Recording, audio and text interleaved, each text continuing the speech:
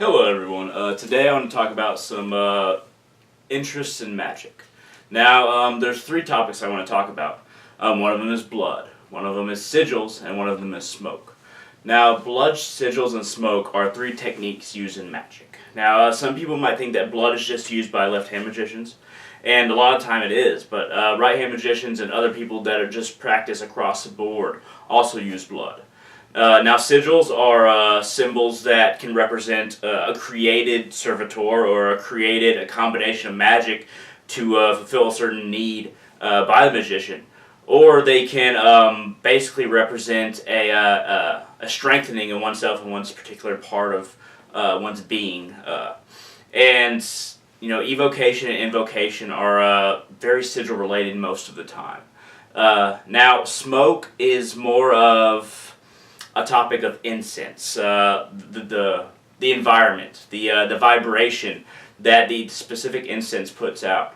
The smoke that it produces can create a certain vibrancy, like I said, vibration, but also it can create a certain influence on our own associations with that incense. If we burn a certain incense for a particular kind of ritual a lot of the time, then we're more likely to associate a certain emotion and a certain focus with that incense that we use in the future. So if we consistently use this one incense, whether it be frankincense, myrrh, coriander seed, patchouli forest, sandalwood, anything like that, if we associate that same incense with a particular ritual, and we do so consecutively for each time we use that kind of ritual, then we're more likely to go into that state. And another thing about incense, and kind of starting from the end of the list, another thing about incense is that the smoke it produces is that it fills a room with a certain intention and power that you lit that incense for. If you did so, with that understanding that intent and power can fill a room through the incense. You have to know that before you can really create that atmosphere.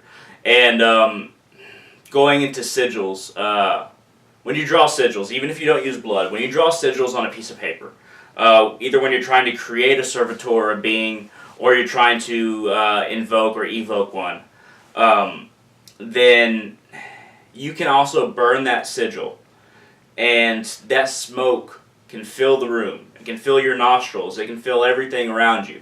And that smoke isn't meant to produce a certain scent to kind of bring that emotion, but it's supposed to fill a room with your intent or your intention to summon a particular entity. And when you breathe it in, when you breathe that smoke in, you become kind of one with your surroundings, one with the room.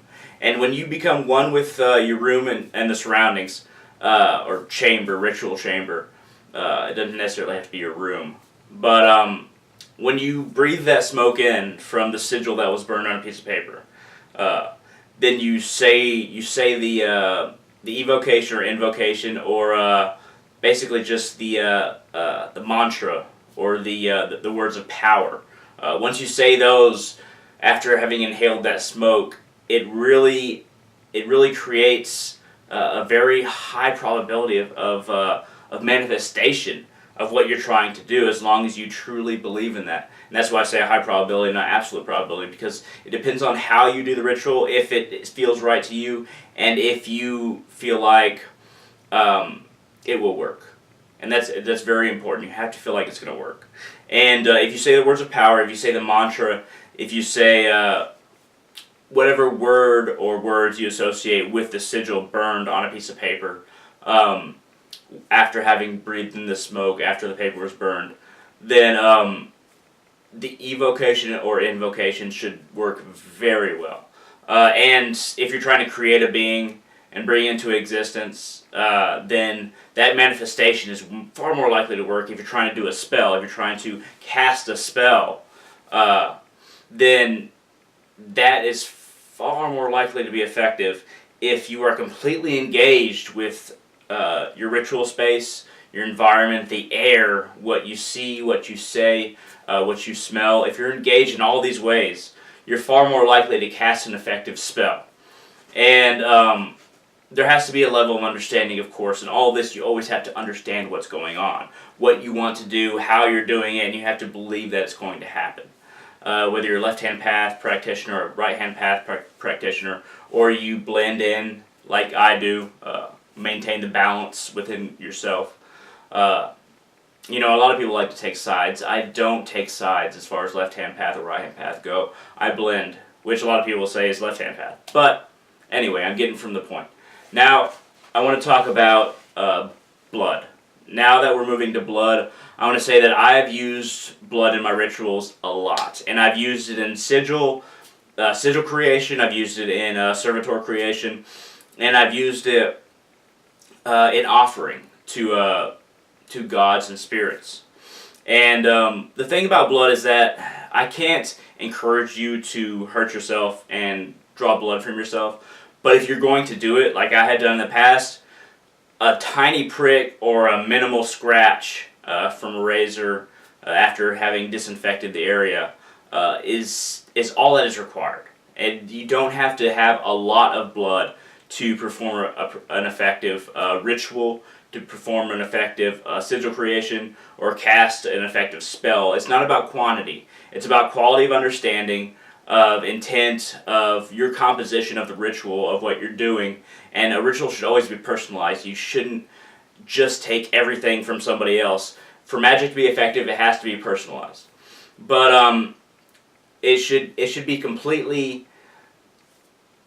The magic being personalized is important, and then it should be completely your choice as if you're going to draw blood. You shouldn't draw blood just because somebody else tells you to, and that makes it more powerful. And the fact that it's your own blood makes it a whole bunch more powerful, because if it's your blood, you're the one that is carrying out the ritual, so your vibration, your DNA, your mark, you're in this world, that is your blood, that lives in your blood, that signifies you as an individual just on a biological level. That being engaged in the ritual, whether you're creating sigils, whether you're creating a spell, or whether you're doing some kind of ritual, using your own blood is very important. I wouldn't use the blood of any other. It makes it less potent. I wouldn't use the blood of animals. It makes it less potent. If you're going to use blood, use your own. And this ties whatever entity that is seeing you on the astral realm to the ritual, to you, and to what you're trying to do. Because that's how you get the attention of beings in the astral realm. I mean, it's not the only way to get the attention, but if you use your own blood in the ritual to get the attention of beings in the astral realm, it's basically like a beacon. It's a bright beacon in the astral realm for whatever entity you're trying to call. And you don't always get the one that you want, but you will get the attention of beings in the astral realm, in realms or dimensions beyond this one, even if you don't understand it as astral. And once you get their attention through your own blood, through your marker, they're going to come right to you. They're going to come to your ritual, they're going to come to your spell, they're going to come to your practice. And you're, even if it's not necessarily an entity, if you're just using it to cast a spell and you're just using energy that exists in the multiverse, then the blood basically creates a channel for that energy to... It's kind of like creating a dam. It's creating a dam for that energy to filter into your spell, into your sigil, into your ritual. It's creating a dam that's basically made of your blood, that the energy is going to come to you, to your intention. And that's why you don't necessarily have to be contacting a being. It can be just a dam, a channel to what you're trying to do. And you should always be cautious about your physical body. You should always disinfect, and you should never commit too much blood, because that's just not necessary. It's quality over quantity. Quality of intention, quality of understanding, quality of planning. That's what matters, not necessarily quantity of blood. And if you're going to create a potion or something to burn that has your blood on it, and this is how I want to combine all these things, is that, for instance, if you're creating a sigil, you draw it in your own blood. You're evoking or invoking this spirit based on what you're trying to do, basically. Or you're creating a sigil and basically creating it as a power in the multiverse. You want to... And you draw that sigil, you draw that symbol for an entity, or you draw that sigil that you've created on a piece of paper in your own blood. And then basically, and then after that, we have the blood part with the sigil part. Now you burn it. And then basically your intention and your power is filling the room, it's filling your nostrils, and it's expanding outward from just that piece of paper, or just even maybe yourself or your room if you're doing it outside. Open a window, let it expand. That intention, that desire, and then that spell or evocation, is basically communicating with the universe by the rule of the expansion of smoke. And smoke is also a very spiritual thing because it connects.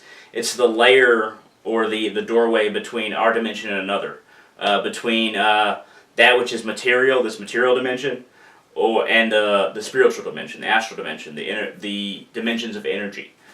Smoke is like that. It's like a gateway between these realms.